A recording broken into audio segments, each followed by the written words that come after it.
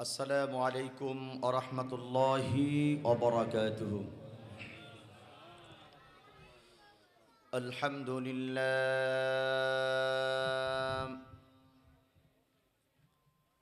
لله نحمده ونستعينه ونستغفره ونعوذ بالله من يهد الله فلا مضل له ومن يضلله فلا هادي له ونشهد أن لا إله إلا الله وحده لا شريك له ونشهد أن سيدنا وسندنا وحبيبنا ومولانا محمدا عبده ورسوله الذي أرسله بالحق بشيرا ونذيرا وداعيا إلى الله بإذنه وسراجا منيرا فقد قال الله تعالى আমি আপনাদের একজন দাওয়াতি মেহমান। কর্তৃপক্ষ আমাকে সুন্দর একটি নির্দিষ্ট বিষয় আমাকে তারা তৈরি করে দিয়েছেন। এই জন্য কর্তৃপক্ষকে প্রথমে আমি মোবারকবাদ জানিয়ে আমি আমার আলোচনা শুরু করতে চাচ্ছি। মোবারকবাদ জানাচ্ছি এই ৩৫তম সিরাতুন নবী সাল্লাল্লাহু আলাইহি ওয়াসাল্লাম মাহফিলে যে সমস্ত অতিথিবৃন্দ এসেছেন, যারা টাকা পয়সা বুদ্ধি মেধা লাইট মাইট প্যান্ডেল খাবার সহ সার্বিক যেভাবে সহযোগিতা করেছেন উপস্থিত হয়ে, আল্লাহ প্রত্যেকের সহযোগিতাটুকুন ইসলামের জন্য আল্লাহ কবুল করে নিন। আরো জোরে বলেন আমিন।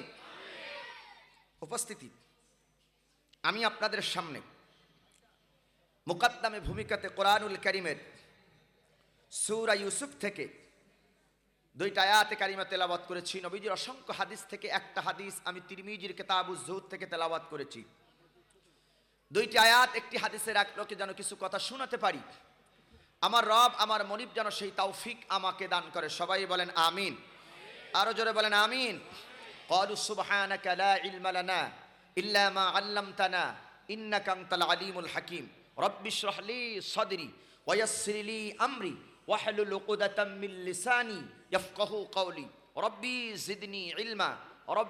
জিদনি ইলমা সানুকরিউকা ফালা তানসা ইল্লা মা শা আল্লাহ আল্লাহুম্মা ইন্নী আউযু বিকা মিন হামাদাতিশ শায়াতিন ওয়া আউযু বিকা রব্বি আন ইয়াহদুরুন আল্লাহুম্মা ইহদিনাস সিরাতাল মুস্তাকিম আল্লাহুম্মা সাল্লি আলা মুহাম্মাদিন নবিয়্যিল উম্মি ওয়া আলিহি ওয়া সাল্লাম। সম্মানিত ভাইরা, আমার আলোচনার সাবজেক্ট হলো বিশ্বনবী সাল্লাল্লাহু আলাইহি সাল্লামের জীবনের শ্রেষ্ঠ মুআজিজা। আল্লাহ পাক তার রাসূলকে 3000-এর বেশি মুআজিজা দিয়েছিলেন। এর ভিতরে আমার নবীর জীবনের শ্রেষ্ঠ মুআজিজার নাম হলো কোরআন। কি? কোরআন। জীবনের শ্রেষ্ঠ মুআজিজা রাসূলের কোরআন। পৃথিবীতে আল্লাহ যত নবী এবং রাসূল পাঠিয়েছেন, সব নবীদেরকে আল্লাহ পাক মুআজিজা দিয়েছেন। জীবিত অবস্থায় মুআজিজাগুলো কাজে লেগেছে। নবীরা চলে গেছেন, মুআজিজা শেষ হয়ে গেছেন, চলে গেছেন। কিন্তু একমাত্র আপনার আমার নবীর মুআজিজা আজও আছে। ইলা ইয়াউমিল কিয়ামা, কিয়ামত পর্যন্ত আমার নবীর মুআজিজা থাকবে। একবার বলুন আল্লাহু আকবার। নবীর জীবনের শ্রেষ্ঠ মুআজিজার নাম কি? আরো জোরে বলেন কি নাম? কোরআন। নবীর জীবনের শ্রেষ্ঠ মুআজিজা কোরআন কিভাবে হলো, এই বিষয়ের উপর আমি 10টা টপিকসের উপরে আমি আলোচনা করব ইনশাআল্লাহ, প্রধান আলোচক আসা পর্যন্ত। নবীর জীবনের শ্রেষ্ঠ মুআজিজা যে কোরআন, এই কোরআন হচ্ছে নির্ভুল কিতাব, নির্ভেজাল কিতাব। পৃথিবীতে যত বই আছে, কিতাব আছে, তার ভিতরে ভুল আছে। বেদ, বাইবেল, রামায়ণ, গীতা, মহাভারত সমস্ত কিতাবগুলোকে অপারেশন করা হয়েছে, কমানো হয়েছে, বাড়ানো হয়েছে। কিন্তু 1000 বছর আগে যে আল্লাহ কোরআন নাজিল করেছেন, আগেও যেমন ছিল আজও আছে, কিয়ামত পর্যন্ত থাকবে। এই কথার গ্যারান্টি কে দিচ্ছে? কে দিচ্ছে? আল্লাহ দিচ্ছে। শোনেন সম্মানিত ভাইয়ার আমার, প্রাণ প্রিয় সাতকানিবাসী, এই পৃথিবীতে যত মানুষ বই লিখেছে, আবিষ্কার করেছে, তৈরি করেছে, ওই বইয়ের অপারেশন হয়েছে, কাটা ছেঁড়া করা হয়েছে, কমানো বাড়ানো হয়েছে, কিন্তু আল্লাহ পাক ১,৫০০ বছর আগে যে কোরআনুল কারীমকে নাজিল করেছেন, ১,৫০০ বছর আগে যেমন ছিলেন আজও তেমন আছেন, কিয়ামত পর্যন্ত বিকাল আল্লাহর কোরআন ওভাবে টিকে থাকবে। ঠিক কি না? সুতরাং এটা নির্ভুল কিতাব, যেহেতু কমানো লাগবে না, বাড়ানো লাগবে না, তাই আল্লাহ গ্যারান্টি দিচ্ছেন। প্রথম কোরআনে গ্যারান্টি দিচ্ছেন। কোরআনের যে বৈশিষ্ট্যের ভিতরে প্রথম বৈশিষ্ট্য হচ্ছেন আল্লাহ গ্যারান্টি দিচ্ছেন। আল্লাহ রাব্বুল আলামিন কোরআনুল কারীমের প্রথম দিকে সূরা বাকারার দিকে বলেন আলিফ লাম মিম যালিকাল কিতাবু লা রাইবা ফীহি হুদাল লিল মুত্তাকিন। আলিফ লাম মিম হরফে মুকাত্তাত, যালিকাল কিতাব, এটা এমন একটি বই, এমন একটি কিতাব, লা রাইবা ফি, এর ভিতরে কোনো সন্দেহ নাই, ভুল নাই, ভুলের কোনো অবকাশ নাই, হুদাল লিল মুত্তাকিন, আর এটা হচ্ছে মুত্তাকিন বান্দাদের জন্য পথ প্রদর্শক হিসাবে আমি আল্লাহ নাজিল করেছি। সুবহানাল্লাহ বলেন। কোরআনে কি কোনো ভুল আছে? কথা বলেন, ভুল আছে? আর আল্লাহ বলে এটা মুত্তাকিন বান্দাদের জন্য পথ প্রদর্শক। পৃথিবীর কোনো বইয়ের কথা এ কথা বলা হয় নাই যে এই বই দিয়া, এই কিতাব দিয়া মানুষ হেদায়েত পাবে, এ কথা বলা হয়নি। কেবলমাত্র শুধুমাত্র কোরআন দিয়ে মানুষ কি পাবে? কি পাবে? হেদায়েত। আপনারা কি কথা বুঝতে কষ্ট হচ্ছে? কষ্ট হচ্ছে? আমি যে আয়াতটা বা আমাকে যে সাবজেক্টটা দিয়েছে, আমি কি এই সাবজেক্টের আলোকে কিছু কথা বলবো না কিছু বাদ দেব? কিছু বলবো না কিছু বাদ দেব? বলবো। এ কথা বললাম কেন? বলার পিছনে একটা কারণ আছে। বিগত সময় কিছু দিন আমরা পার করেছি, বিশেষ করে মুফাসসিরেরা যারা কোরআনের আলোচনা করে, তাফসীর করে, আমরা যখন ঘরেতে গিয়ে বসছি, সমাজের নামদারি কিছু মুসলমান কেরামান আর কাতিবিন আমাদের কানের কাছে সে কান পরা দিয়েছে, হুজুর আপনার আলোচনা ভালো করেন, দেখি ইউটিউবে শুনি, আমরা আপনার দারুণ ভক্ত। হুজুর আলোচনা যদি করতেই হয়, তাফসীর যদি করতেই হয়, আপনি হুজুর ওই আসমানের উপরে ফেরেশতার তাফসীর আপনি করেন, আর মাটির নিচে মরা মানুষের কবরের আলোচনা আপনি করেন, তাফসীর করেন। প্রিয় চট্টলাবাসী, আমি আপনাদেরকে জিজ্ঞাসা করি, আল্লাহ কি কোরআন আসমানের কোনো ফেরেশতার উপরে নাজিল করছে? আল্লাহ কি কোনো মরা মানুষের জন্য নাজিল করছে? আল্লাহ কাদের জন্য নাজিল করছে? হাজা বায়ানুল লিন্নাস হুদাল লিল মুত্তাকিন, মুত্তাকিন বান্দাদের পথ প্রদর্শক হিসেবে আমি আল্লাহ কোরআন নাজিল করছি। ঘর পোড়া রাস্তার তুমি আলু পোড়া খেয়ে বেড়াবা, এটার নাম ইসলাম না। বাতিল যেখানে থাকবে, হক সেখানে থাকবে। নাস্তিকবাদ, ইসলাম বিদ্বেষী, জালেম স্বৈরাচারী শক্তি যেখানে থাকবে, হক্কানি ওলামায়ে কিরাম সেখানে থাকবে। হক্কানি ওলামায়ে কিরামের আলোচনা যদি ভালো না লাগে, পীর মাশায়েখদের আলোচনা যদি তোমাদের ভালো না লাগে, তাহলে তোমরা এই বাংলাদেশ ছেড়ে, ওলি আল্লাহদের জমিন ছেড়ে, আলেম ওলামাদের জমিন ছেড়ে তোমরা তোমাদের দাদা বাবু দেশে তোমরা চলে যাও।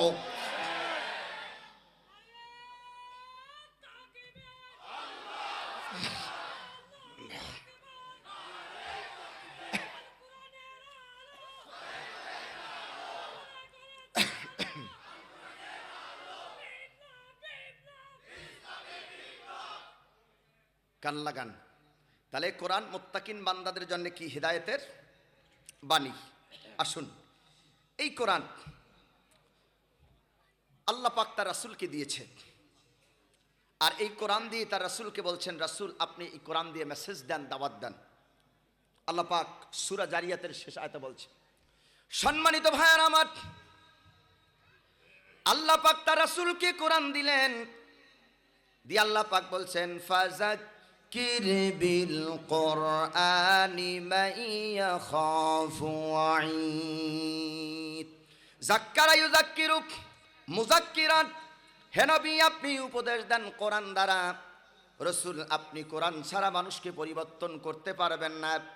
কোরআন ছাড়া যদি মানুষকে উপদেশ দেন, তাহলে মানুষকে ইসলামের সুশীতল ছায়াতলে আপনি আনতে পারবেন না। নবী আপনি মানুষদেরকে উপদেশ দেন কোরআন দিয়ে। আল্লাহ পাক আর একটা আয়াত নাযিল করে, ইয়া আইয়ুহার রাসূল বাল্লিগ মা উনজিলা ইলাইকা মির রাব্বিক।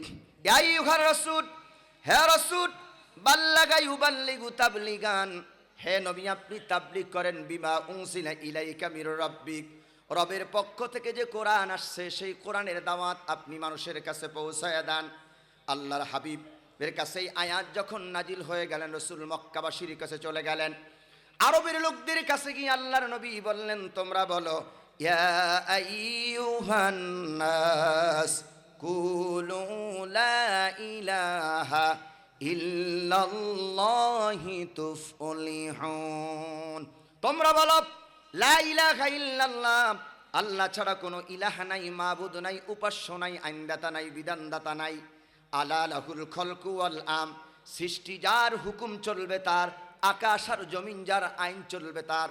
শোনো মক্কার লোকেরা, আরবের লোকেরা, এতদিন তোমাদের মন মস্তিষ্ক প্রসূত বিধান দিয়া তোমরা দেশ আর সমাজ চালাইছো, বাপদাদার আইন দিয়া দেশ চালাইছো। আজ থেকে এই সমাজ, এই দেশ বাপদাদার আইন দিয়া চলবে না, আল্লাহর জমিন চলবে কেবলমাত্র আল্লাহর কোরআনের আইন দিয়া। ঠিক কি না? কার আইন দিয়া? কার আইন? মানুষের জন্য কল্যাণকার কার আইন? আল্লাহর আইন। কিন্তু আমরা যে আইন বানাই,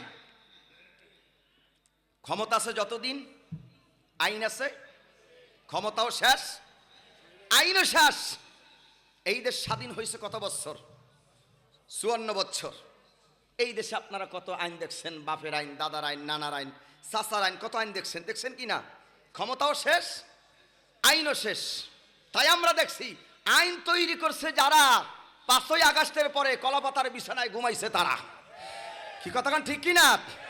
এই আইন দিয়ে যদি দেশ না চালাইয়া, যদি আল্লাহর জমিনে আল্লাহর আইন দিয়ে যদি দেশটা চালাইতো, কোন জালেম স্বৈরাচারের 5ই আগস্টে দেশ থেকে পালিয়ে যাওয়া লাগতো না। কথাকার? কথাকার? আল্লাহর কান লাগান। রাসূল গিয়ে বলছে, তোমরা বলো লা ইলাহা ইল্লাল্লাহ, লা ইলাহা ইল্লাল্লাহ, তার মানে আল্লাহ ছাড়া কোনো ইলাহা নাই, মাবুদ নাই, উপাস্য নাই, আইনদাতা নাই, বিধানদাতা নাই। এতটুকু কথাই বলছে। তার মানে আল্লাহর আইন দিয়ে তোমরা দেশটা চালাও। তার মানে মানুষের তৈরি করা আইনকে ভেঙে দাও, আল্লাহর জমিনে আল্লাহর আইনকে কি করে দাও? প্রতিষ্ঠা করে দাও।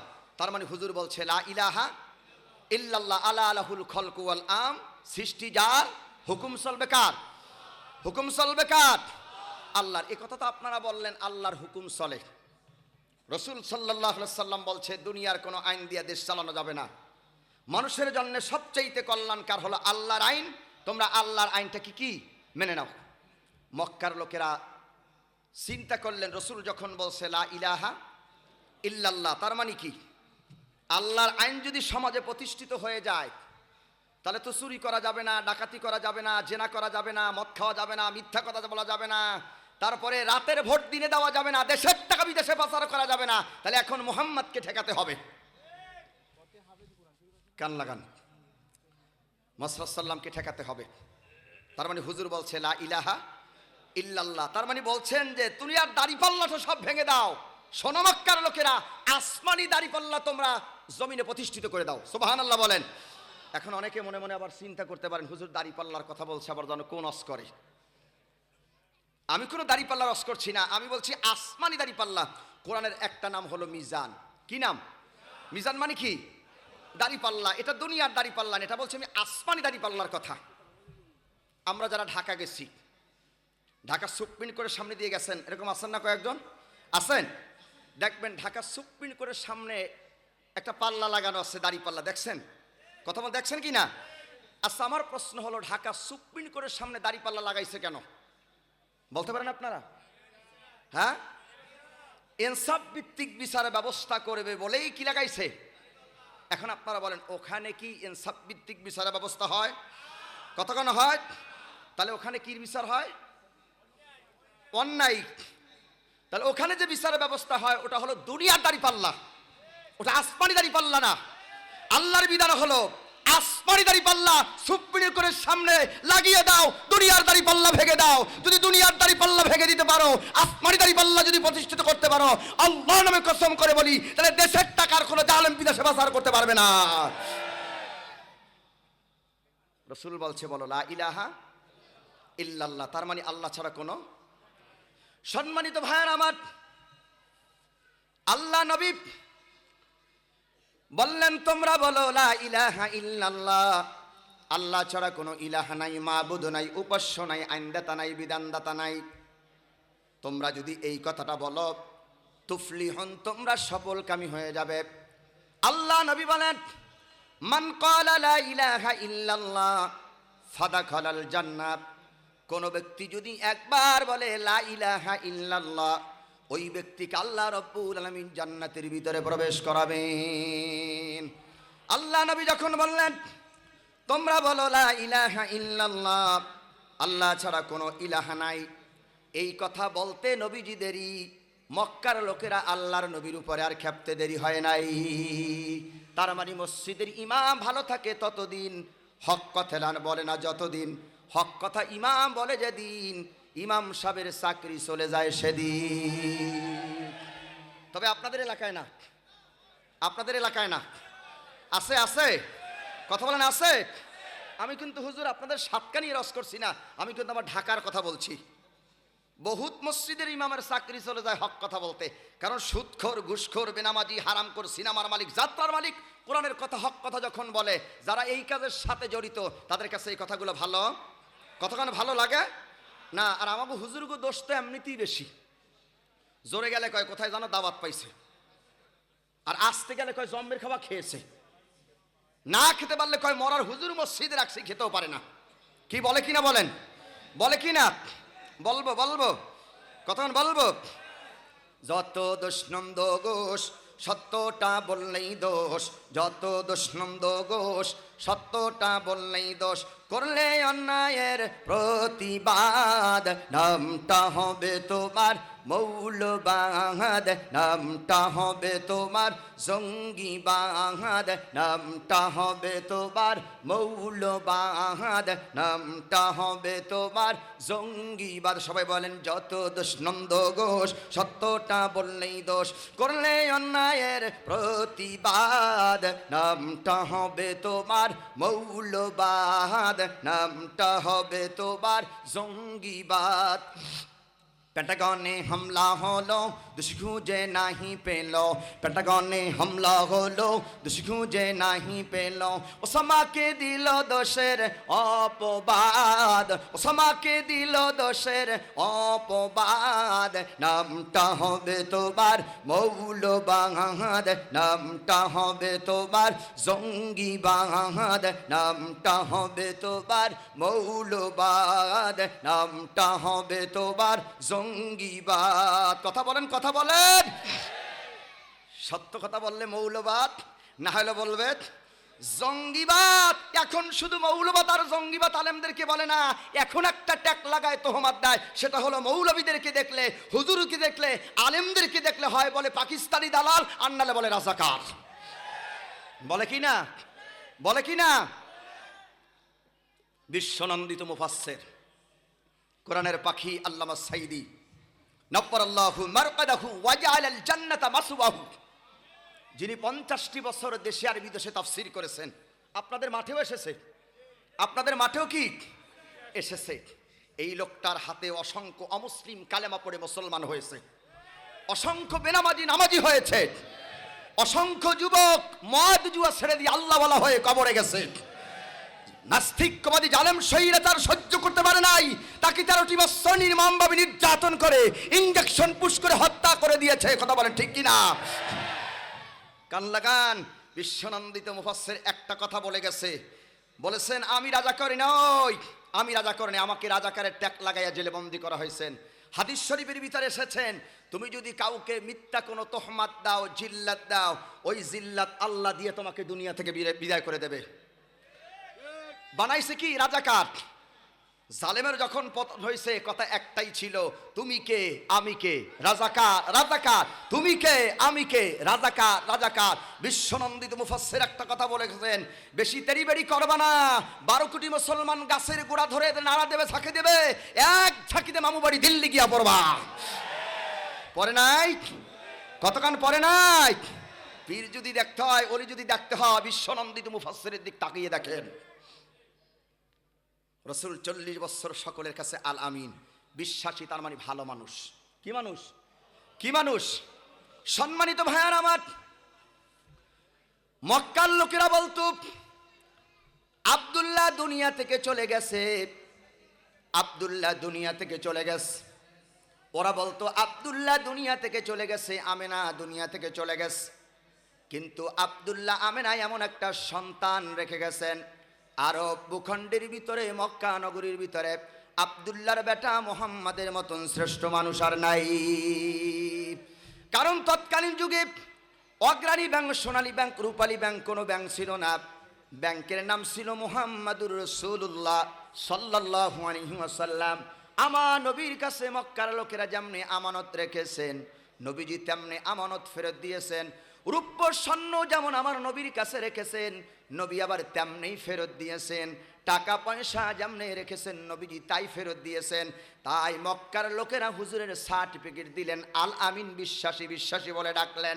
40 বছর পর্যন্ত তারা ভালো মানুষ, শরীফ মানুষ, ভদ্র মানুষ বলে জানতো। আল্লাহ নবীকে ভালোবাসতেন, স্নেহ করতেন, আদর করতেন। যখনই আল্লাহ নবী বলেছে লা ইলাহা ইল্লাল্লাহ, এখন আর কেউ ভালো বলে না, মুহাম্মদ ভালো এই কথা বলে না। মক্কার লোকেরা তখন কি বললেন? আল্লাহ রাব্বুল আলামিন সূরা ফুরকানের 7 নম্বর আয়াতের ভিতরে তুলে ধরলেন।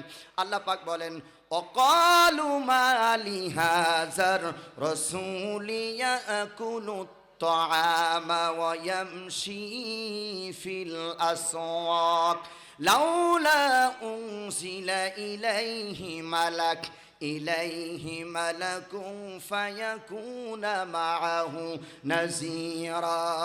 ওরা বলল অকালু মালি হাযার রাসূল, এটা আবার কেমন রাসূল?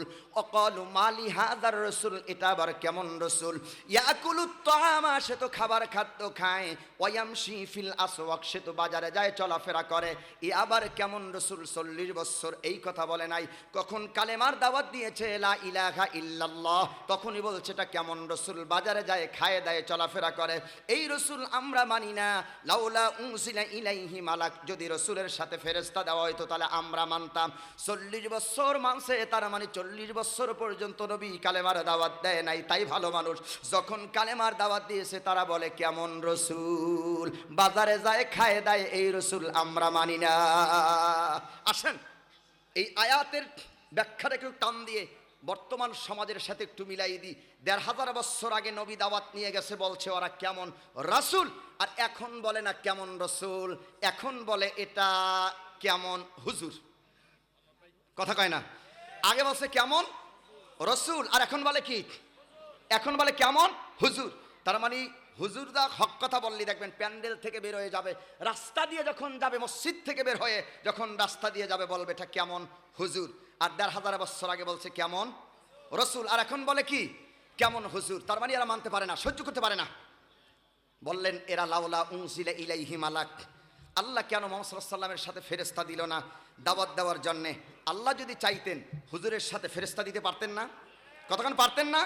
কিন্তু দিলেন না কেন? শোনেন সম্মানিত ভাইয়ের আমার, আল্লাহ পাক সূরা নামের 111 নম্বর আয়াতের ভিতরে বলেন, 8 নম্বর পারার 1ম নম্বর পৃষ্ঠাতে আল্লাহ বলেন, ওয়ালাউ আন্নানা নাসালনা ইলাইহিমুল মালাইকাতা ওয়া কাল্লামাহুমুল মাউতা ওয়া হাশারনা আলাইহিম কুল্লা শাইইন কুবুলাম মা কানু লিয়ুমিনু ইল্লা আইয়াশা আল্লাহু ওয়ালাকিন্না আকসারাহুম ইয়াজহালুন। আল্লাহ রাব্বুল আলামিন বলেন, ওয়ালাউ আন্নানা নাসালনা ইলাইহিমুল মালাইকা, আমি আল্লাহ দাওয়াত দেওয়ার জন্য ওদের কাছে যদি ফেরেশতাও আসমান থেকে নাজিল করতাম, কান লাগান, আসমান থেকে যদি ফেরেশতাও নাজিল করতাম ওদেরকে দাওয়াত দেওয়ার জন্য, কবর থেকে মরা মানুষ জিন্দা হয়েও যদি ওদেরকে কালেমার দাওয়াত দিত, ফেরেশতাও যদি নাজিল করতাম মরা মানুষ জিন্দা হয়েও যদি ওদেরকে কালেমার দাওয়াত দিত, ওরা ঈমান আনবে না, ওয়ালাকিন্না আকসারাহুম ইয়াজহালুন, অধিকাংশ মানুষ হলো জাহেল মূর্খ, সেই জন্য ঈমান আনবে না।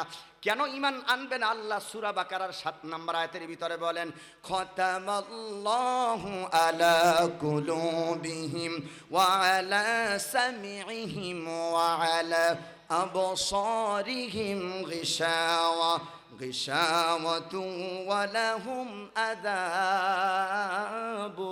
আযীম।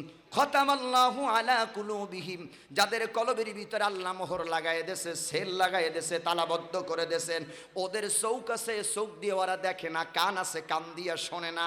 ওরা কারা? আল্লাহর কোরআনের ভাষায় উলাইকা কাল আনআম, তারা হলো চতুষ্পদ জন্তু, বালহুম আদাল, তার থেকেও নিকৃষ্ট। তার মানে আল্লাহ বলে যাদের কলবের ভিতরে আমি আল্লাহ মোহর লাগাই দিয়েছি, সেল লাগাই দিয়েছি, তালাবদ্ধ করেছে, চৌক আছে, চোখ দিয়ে দেখে না, কান আছে, কান দিয়ে না। ইসলামের ইতিহাস দর্শন দিয়ে বুঝাবেন, হাদিস দিয়ে বুঝাবেন, কোরআন দিয়ে বুঝাবেন, ওরা বসতে চাবে না, ওরা বসতে চাবে না। প্যান্ডেল থেকে যখন বের হবে, মসজিদ থেকে যখন বের হয়ে বাড়ির দিক যখন যেতে থাকবে, আস্তে করে তারা ছাগলের মতো মাথায় ঝাঁকি মারবে।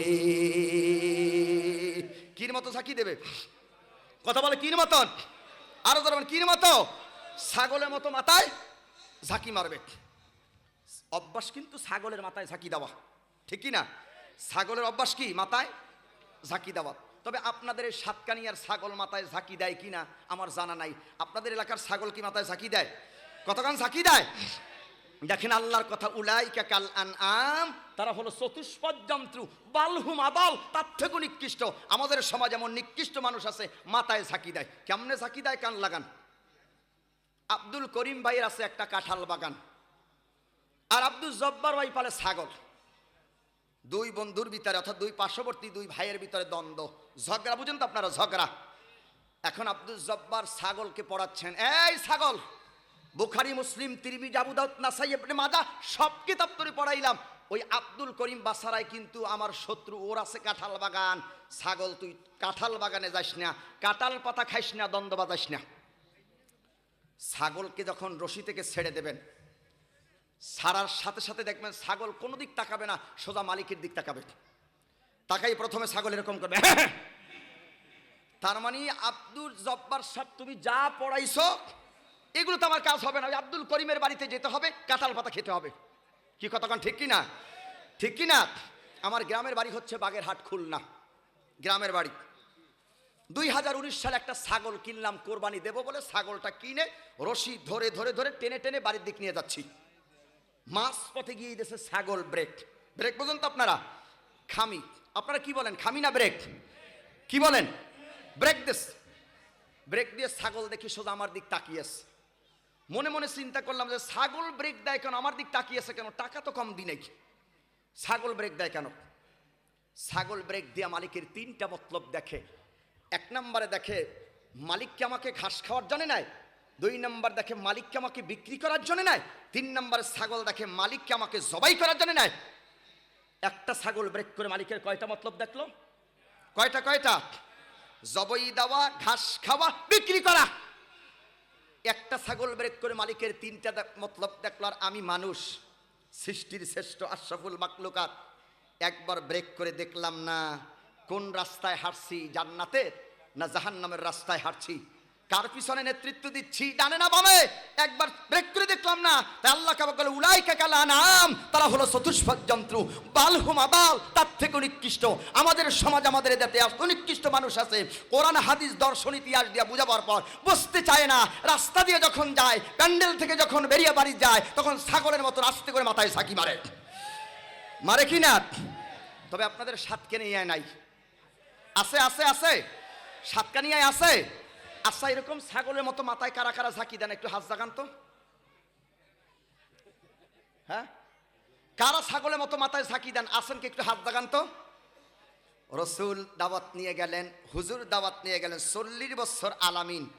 40 বছর পরে যখন দাওয়াত নিয়ে গেছে, কয় মোহাম্মদ আর ভালো, কতক্ষণ মোহাম্মদ আর ভালো না। তার একটা ইতিহাস আমি আপনাদেরকে শোনাই, বিশ্বনবীর জীবনের শ্রেষ্ঠ মুআজিজা থেকে। রসুল কত যে ভালো, যতদিন পর্যন্ত আল্লাহ রসুল কোরআন তেলাওয়াত করতেন তখন রসুলের কোরআন তেলাওয়াত শুনতো, কিন্তু যখনই বলছে যে আল্লাহর জমিনে আল্লাহর আইন প্রতিষ্ঠিত হবে, এই কথা ওরা মানতে পারে, কতক্ষণ ওরা মানতে পারে নাই। তার একটা উদাহরণ দেই, হযরত ওমর ছিল জিরো। ওমর কি ছিল? জিরো। ওমর যখন কোরআনের সংস্পর্শে এলে, কোরআন ওমরকে কি বানালো? কি বানালো? হিরো। আমাদের সমাজেও কত হিরো আছে, কোরআনের সাথে বেয়াদবি করার কারণে আল্লাহ কি বানাইছে? আল্লাহ কি বানাইছে?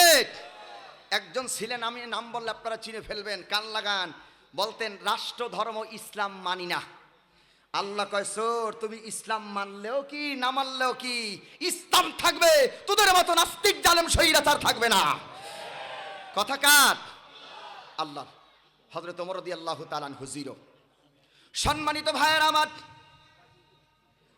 হযরত ওমর রাদিয়াল্লাহু তাআলা আনহু তিনি জিরো মানুষ, কিন্তু মুহাম্মাদের তেলাওয়াত হযরত ওমরের কাছে লাগতো। এখনো তিনি মুসলমান হন নাই। খলিফাতুল মুসলিমিন হযরত ওমর রাদিয়াল্লাহু তাআলা আনহু একদিন রাতের বেলায় তলোয়ার নিয়ে বের হয়ে গেছেন, আল্লাহর নবীকে হযরত ওমর হত্যা করবেন। কত বড় জাহেল হলে পরে আল্লাহর রাসূলকে হত্যা করার জন্য যায়। হযরত ওমর চিন্তা করলেন আল্লাহর নবীকে এখন কোথাও পাওয়া যাবে না একমাত্র নামাজ ছাড়া। হযরতে ওমর তলোয়ার নিয়ে সামনে এগিয়ে গেলেন, যাইতে যাইতে তিনি চলে গেলেন হুজুরের কাছে। কিন্তু তখনই আল্লাহর রাসূল নামাজের ভিতরে ছিলেন, নামাজ পড়তেছেন। নামাজের ভিতরে হুজুর হাক্কাক সূরা তেলাওয়াত করতেছেন, আল হাক্কাতু মাল হাক্কা ওয়া মা আদরাকা মাল হাক্কা। যারা পারি পড়ি, আল হাক্কাতু মাল হাক্কা ওয়া মা আদরাকা মাল হাক্কা। হযরত ওমর রাদিয়াল্লাহু তাআলা আনহু সূরা হাক্কাকের তেলাওয়াত শুনছেন, তলোয়ার নিয়ে তিনি দাঁড়ায় গেলেন। মনে মনে চিন্তা করলেন এত সুন্দর তেলাওয়াতটা শেষ হয়ে যাবে, তারপর আমি আল্লাহর নবীকে হত্যা করব। তেলাওয়াত শেষ, আল্লাহর নবীকে আমি হত্যা করব। কিন্তু ওমর তেলাওয়াত শুনছেন আর মনে মনে দাঁড়ায় চিন্তা করছেন, আমার দেশের বড় বড় কবির আছে, সাহিত্যিকরা আছেন, তেলাওয়াত করলে এত ভালো লাগে না, এত মজা লাগে না। মুহাম্মদ রাসূলুল্লাহ যখন তেলাওয়াত করে আমার কাছে বড় দারুণ ভালো লাগে। সুবহানাল্লাহ বলেন। তেলাওয়াত ভালো লাগে কি না? কতক্ষণ ভালো লাগে কি না? ওমর বলছেন আমি দাঁড়িয়ে দাঁড়িয়ে হুজুরের তেলাওয়াত শুনছি আর মনে মনে ভাবছি মুহাম্মদ সাল্লাল্লাহু আলাইহি ওয়াসাল্লাম একজন শ্রেষ্ঠ কবি হয়ে গেছেন। মুহাম্মদ শ্রেষ্ঠ কবি না হলে পরে এত সুন্দর করে তিনি কোরআন তেলাওয়াত করতে পারে না। আল্লাহ রসুলকে মুহাম্মদ সাল্লাল্লাহু আলাইহি ওয়াসাল্লামকে ওমর ভাবলেন কবি, নিশ্চয়ই আমার দেশের কবির থেকে মুহাম্মদ শ্রেষ্ঠ কবি। আল্লাহ রসুলকে যখন ভাবলেন কবি, রসুল সাথে সাথে নামাজের ভিতরে এই কথার জবাব দিলেন, ওমা হুয়া বিকাউলি শাইরিন কলিলাম মা তুমিনুন। এটা কোনো কবির কথা নয়, কম সংখ্যক লোক তোমরা ঈমান এনে থাকো। এইবার ওমর বড় চমকে গেলেন। আমি ভাবলাম মুহাম্মদ সাল্লাল্লাহু আলাইহি ওয়াসাল্লাম নামাজে তেলাওয়াত করছে আর আমি ভাবছি সে কবি, কিন্তু নামাজের ভিতরে তিনি জবাব দিয়েছেন এটা কোনো কবির কথা নয়, নিশ্চয়ই মুহাম্মদ সাল্লাল্লাহু আলাইহি ওয়াসাল্লাম একজন গণক ঠাকুর হয়েছেন। গণক ঠাকুর না হলে আমার মনের কথা তিনি বুঝতে পারতেন না। আল্লাহ নবীকে যখন ওমর গণক ঠাকুর ভাবলেন, হুজুর সাথে সাথে তেলাওয়াত করলেন, ওয়ালা বিকাউলি কাহিনিন কলিলাম মা তাযাক্কারুন। এটা কোনো গণক ঠাকুরের কথা নয়। ওমর আরো বেশি চমকে গেলেন। প্রথম ভাবলেন কবি, হুজুর বললেন কবির কথা নয়। পরে ভাবলেন গণক ঠাকুর, রাসূল বললেন গণক ঠাকুরের কথা নয়। এবার ওমর দাঁড়ায় দাঁড়ায় চিন্তা করে, ভাবলাম কবির কথা, হুজুর বললেন কবির কথা নয়। ভাবলাম গণক ঠাকুরের কথা, তিনি বললেন না গণক ঠাকুরের কথা নয়। তাহলে কথাটা কার হতে পারে আপনারা বলেন? কথাটা কার হতে পারে? আরো জোরে, কথাটা কার হতে পারে? ওমর ভাবলেন কথাটা কার হতে পারে। সাথে সাথে হুজুর তেলাওয়াত করলেন, তানজিলুম মির রাব্বিল আলামিন। সবাই বলেন তানজিলুম মির রাব্বিল বিল আলামিন। এটা হচ্ছে মহান বার্তাবাহক আল্লাহ রাব্বুল আলামিনের পক্ষ থেকে নাজিলকৃত কোরআনুল কারীমের আয়াত। সুবহানাল্লাহ বলেন। কোরআন কার পক্ষ থেকে এসেছে? আর বলেন কোরআন কার পক্ষ থেকে এসেছে? আল্লাহর পক্ষ থেকে। ওমর রাদিয়াল্লাহু তাআলা আনহু ইসলাম গ্রহণ করার পরে বলেছিলেন যে আমি ওই দিন যে হুজুরের তেলাওয়াত শুনছি, ওই তেলাওয়াত আমাকে মুগ্ধ করেছে। রসুলের তেলাওয়াত আমি শুনছি, কান দিয়া ঢুকছে আর কলিজার ভিতরে গিয়ে আঘাত লেগে গেছে। সুবহানাল্লাহ বলেন। আপনি হুজুর আসলো, আপনি করার থাকবেন, উনি 10 মিনিট 15 মিনিট রেস্ট করবেন, এখানে বসবেন, রূপালী সংঘ ইসলামী করে চট্টগ্রাম যৌথ উদ্যোগে দুদিন ব্যাপী সিরাতুল নবী সাল্লাল্লাহু আলাইহি মাহফিলের প্রধান মেহমান আমাদের মেজাজে উপস্থিত হচ্ছেন আসতেছে, এখানে আসলো উপমহাদেশের প্রথম আলেমদ্বীন বিশ্ববরেণ্য মুফাসসির আমিরে কবির প্রথম নম্বর বাংলাদেশ আল্লামা মুফতি সাহেব ডক্টর মোহাম্মদ এনায়েতুল্লাহ আব্বাসী সাহেব, উনি কিছুক্ষণের মধ্যে এসে উপস্থিত হবেন। আপনারা সবাই মাহফিলে চলে আসুন। হুজুরের বয়ান শুনবে, হুজুর কতক্ষণ বসবে ইনশাআল্লাহ। এরপর পরে আজকে প্রথম মেহমান আল্লামা ডক্টর সৈয়দ আব্বাসী সাহেব, উনি বয়ান পেশ করবেন। আমরা সবাই মাহফিলের প্যান্ডেলে চলে আসার জন্য সবিনয় অনুরোধ জানাচ্ছি। যাক বলি আলহামদুলিল্লাহ, সবাই বলি আলহামদুলিল্লাহ। হুজুর আমাদের মাঝে চলে আসছেন, অল্প সময়ের মধ্যেই তিনি চলে আসবেন। আসলে ইনশাল্লাহ ছেড়ে দেব। কি আপনাদের কষ্ট হচ্ছে? খারাপ লাগতেছে? খারাপ লাগতেছে? হযরত ওমর রাদিয়াল্লাহু তাআলা আনহু বলছেন, ওই যে হুজুরের তেলাওয়াত আমি শুনছি, তেলাওয়াত আমার কান দিয়ে ঢুকছে, কলিজার ভিতরে গিয়ে আঘাত লেগে গেছে। কারণ কোরআন তেলাওয়াতের মতন মজার কিতাব পৃথিবীতে আর কি আছে? কতক্ষণ আছে? ওদের দেশের কবিরা যে কবিতা আবৃত্তি করত, যেমন আমাদের দেশের কবিদের কবিতা আবৃত্তি কান লাগান। আমার দেশের কবিতা যেমন একবার শুনলে আর একবার শুনতে মনে চায় না।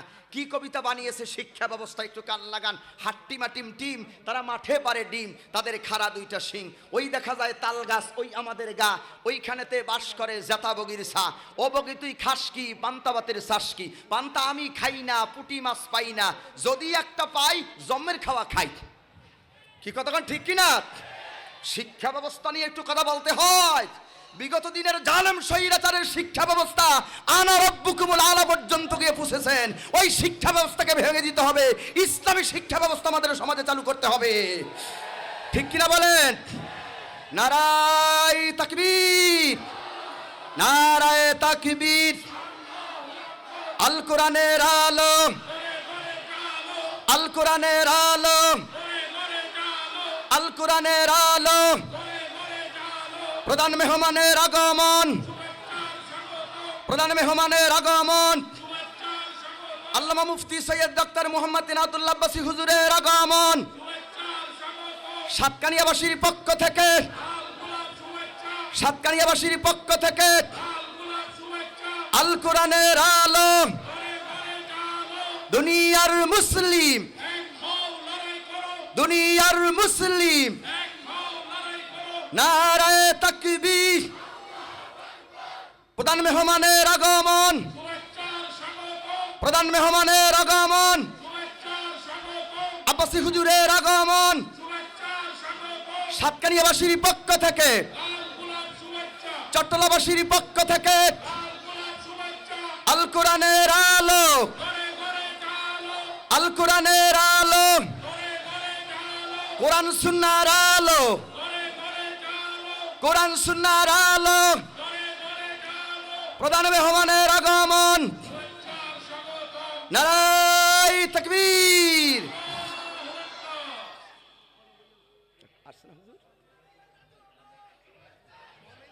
হ্যাঁ, স্লোগান স্লোগান দেন। নারায়ে তাকবীর। ইসলামের আগমন। তাড়াতাড়ি দেন। বিশ্ববাসীর পক্ষ থেকে আল্লামা হুজুরের আগমন। নারায়ে তাকবীর। বিশ্ববাসীর পক্ষ থেকে নারায়ে তাকবীর।